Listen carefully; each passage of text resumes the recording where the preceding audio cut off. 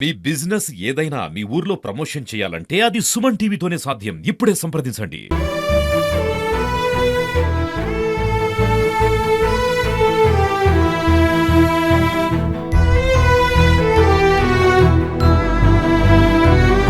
क्या बात करते हो? फोटो मुझसे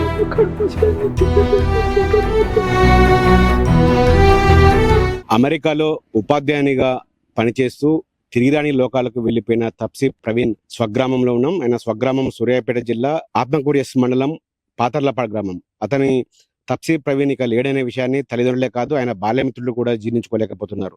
ప్రస్తుతం మనతో ప్రవీణ్ బాల్యమిత్రులు నటేశం ఉన్నారు. వారితో మాట్లాడి తీసుకుందాం. ఎలా ఉండేవారు ప్రవీణ్ మీతో పాటు? మీకు ప్రవీణ్ ఎప్పటి నుంచి మీరు ఫ్రెండ్స్? నా పేరు నటేష్ గుంటూరు. చిన్నప్పటి నుండి మేమిద్దరం కలిసి చదువుకున్నాము. 1 to 5th క్లాస్ వరకు ప్రైమరీ స్కూల్లోనే. చాలా మంచి అంటే బాల్యమిత్రులం అని చెప్పడానికి మంచి నిదర్శనము. ఒకే క్లాస్ రూమ్ లో ఉండేవాళ్ళము, పక్కనే కలిసి చదువుకునే వాళ్ళము. మంచి ఇంటెలిజెంట్, కాంపిటేటివ్ వరల్డ్ లో నెంబర్ 1 ఉండేటువంటి వ్యక్తి అన్న. స్కూల్లో చిన్నప్పుడు క్లాస్ లో ఉన్నటువంటి మెంబర్స్ అందరినీ కూడా ఒక 50 మంది వరకు ఉంటే వాళ్ళని 5 డివైడ్ చేసేటువంటి సిస్టమ్ ఉంటుండేది. అప్పుడు టీమ్ లీడర్స్ గా ఉండేవాళ్ళం అన్నట్టు. నేను ఒక టీం లీడరు, ప్రవీణ్ ఒక టీం లీడరు, ఇంకా మా ఫ్రెండ్స్ నాగేష్ ఒక టీం లీడరు, గంగమ్మ అని ఉంటుండే, గంగమ్మ ఒక టీం లీడరు, తర్వాత ఇంకా కొంతమంది స్నేహితులందరం కూడా టీం లీడర్స్ ఉండేవాళ్ళము. మాకు ఒకరికొకరికి మంచి కాంపిటీషన్ చదువులో ఎంత కాంపిటీషన్ ఉన్నా మళ్ళీ ఫ్రెండ్షిప్ దగ్గరికి వచ్చేసరికి కలిసి ఉండేటువంటి వాళ్ళం. చాలా ఫ్రెండ్లీగా ఉండేటువంటి వ్యక్తిత్వము. ఊర్లో ఎప్పుడైనా మళ్ళీ మేము 5th క్లాస్ అయిపోయిన తర్వాత నేను వేరే నూతనకల్లో ఉన్నటువంటి నాగార్జున హై స్కూల్కి వెళ్ళిపోయాను. తను వచ్చేసి సూర్యాపేటలో ఉన్న ప్రగతి హై స్కూల్కి వెళ్ళిపోయాడు. 6th to 10th తను అక్కడే, తర్వాత నేను 6th to 10th నాగార్జున స్కూల్లో. తర్వాత ఇంటర్మీడియట్ మళ్ళీ కలిసి సూర్యాపేటలో ఉన్న సిద్ధార్థ జూనియర్ కాలేజ్లో ఒకే కాలేజ్లో జాయిన్ అయ్యాము.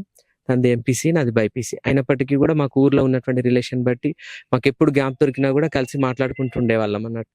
ఇంకా ఊర్లోకి వచ్చిన తర్వాత ఇంటర్మీడియట్ అయిపోయింది, యూజీ పీజీ స్టడీస్లో కూడా. ఆ తర్వాత తను మంచి ఇంటెలిజెంట్ ఉండటం వల్ల టీచింగ్ ఫీల్డ్లో తనకి ఫిజిక్స్ బాగా వస్తుంటుండేది అన్నట్టు. ఇంటర్లో ఉన్నప్పటి నుంచి కూడా ఆ ఇంట్రెస్ట్ మీద ఫిజిక్స్ లెక్చరర్గా వెళ్ళిపోయిన తర్వాత అక్కడ నుండి గుజరాత్లో ఒక మంచి ఆఫర్ ఉంటే సూరత్కి వెళ్ళిపోయి అక్కడ స్కూల్లో జాయిన్ అయ్యాడు టీచర్గా. ఆ తర్వాత అక్కడ ఉన్నటువంటి పరిచయాల ద్వారా అబుదాబి వెళ్ళాడు అనుకున్నటువంటి నాలెడ్జ్ని బట్టి.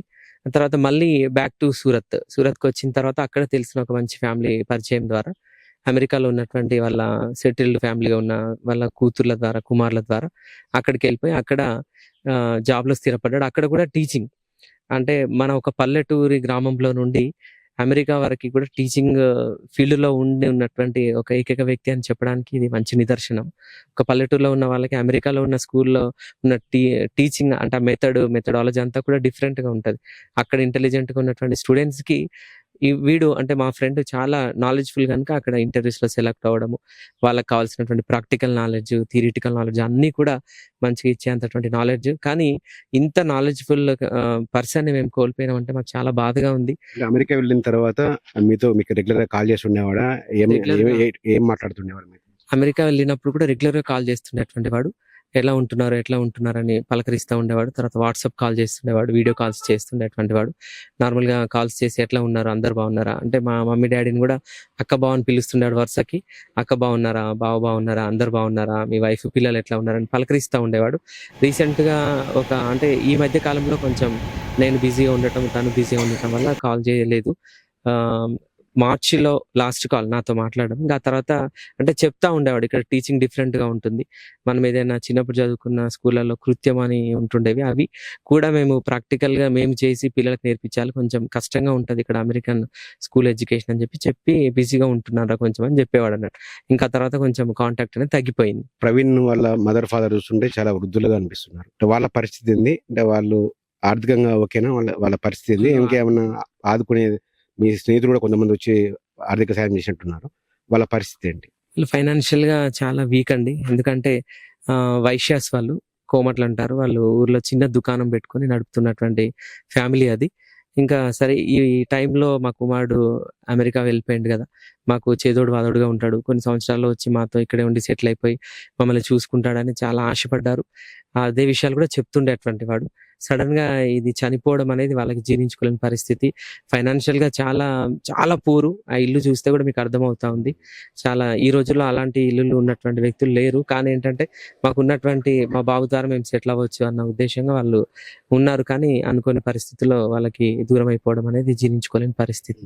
అంటే మొన్న ఎంతమంది ఫ్రెండ్స్ అంతా ఒక్కొక్కరు ఆ! గ్యాదర్ అవుతున్నారు? అంటే ఒక్కొక్క ఫీల్డ్‌లో టైంలో స్కూల్ ఎడ్యుకేషన్‌లో ఇంటర్మీడియేట్ తర్వాత యూజీ, పీజీ ఆ టైంలో ఉన్నటువంటి ఫ్రెండ్స్ అంటే ఎక్కడ ఏ టైంలో ఉన్నా కూడా అందరితో ఫ్రెండ్లీగా మూవ్ అయ్యేవాడు.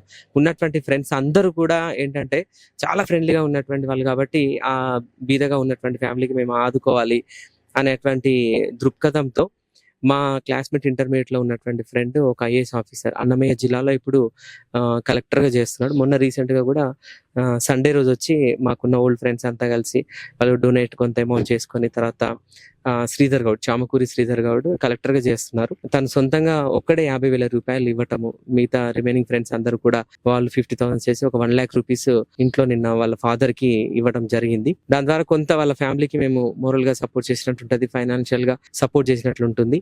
ఇంకా కూడా మేము ఫ్యూచర్‌లో మాకున్న ఇంకా అదర్ సోర్సెస్ ద్వారా ఫ్రెండ్స్ అందరం కలిసి కూడా ఆ ఫ్యామిలీని మేము ఆదుకోవాలని నిర్ణయం తీసుకున్నాము. ఇప్పుడు ప్రెజెంట్‌గా మాత్రం 1,00,000తో వాళ్ళ ఫ్యామిలీకి సపోర్ట్ చేద్దాం అనుకున్నాం. ఇది అయితే ప్రవీణ్ అమెరికాలో ఉపాధ్యాయునిగా విధులు నిర్వహిస్తున్నాడు. ప్రవీణ్ కుటుంబం చాలా బీద కుటుంబం. ఇప్పుడిప్పుడే ఆర్థికంగా స్థిరపడుతున్న క్రమంలో విధి ఆ కుటుంబాన్ని ఛిద్రం చేసిందని కూడా వాళ్ళు చెప్తున్నారు. దీంతో ప్రవీణ్ ఎప్పుడైతే బాల్యం నుంచి పీజీ వరకు అతనితో విద్యాభ్యాసం ఉన్నారో వాళ్ళ ఫ్రెండ్స్ అందరూ కూడా ఏకమై కుటుంబానికి అయితే ఆసరాగా నిలుస్తున్నారు. ఇప్పటికీ అన్నమయ్య జిల్లా కలెక్టర్ శ్రీధర్ నేతృత్వంలో మొన్న కూడా కొంత ఆర్థిక సాయం అయితే కుటుంబానికి ఇచ్చి తామున్నామంటూ ప్రవీణ్ లేకున్నా ప్రవీణ్ స్థానంలో మేమున్నామంటూ కూడా వాళ్ళ ప్రవీణ్ బాల్య మిత్రులు అయితే ఆ కుటుంబానికి అయితే ఆసరాగా నిలుస్తున్న పరిస్థితి. మొత్తంగా ఈ ప్రవీణ్ మిత్రులను కూడా అప్రిషియేట్ అయితే ఖచ్చితంగా చేయాల్సిన పరిస్థితి సమాజానికి అయితే ఉంది.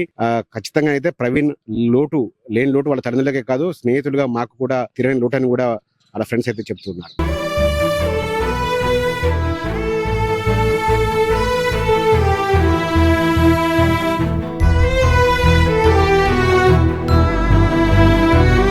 क्या पोस्ट भी करते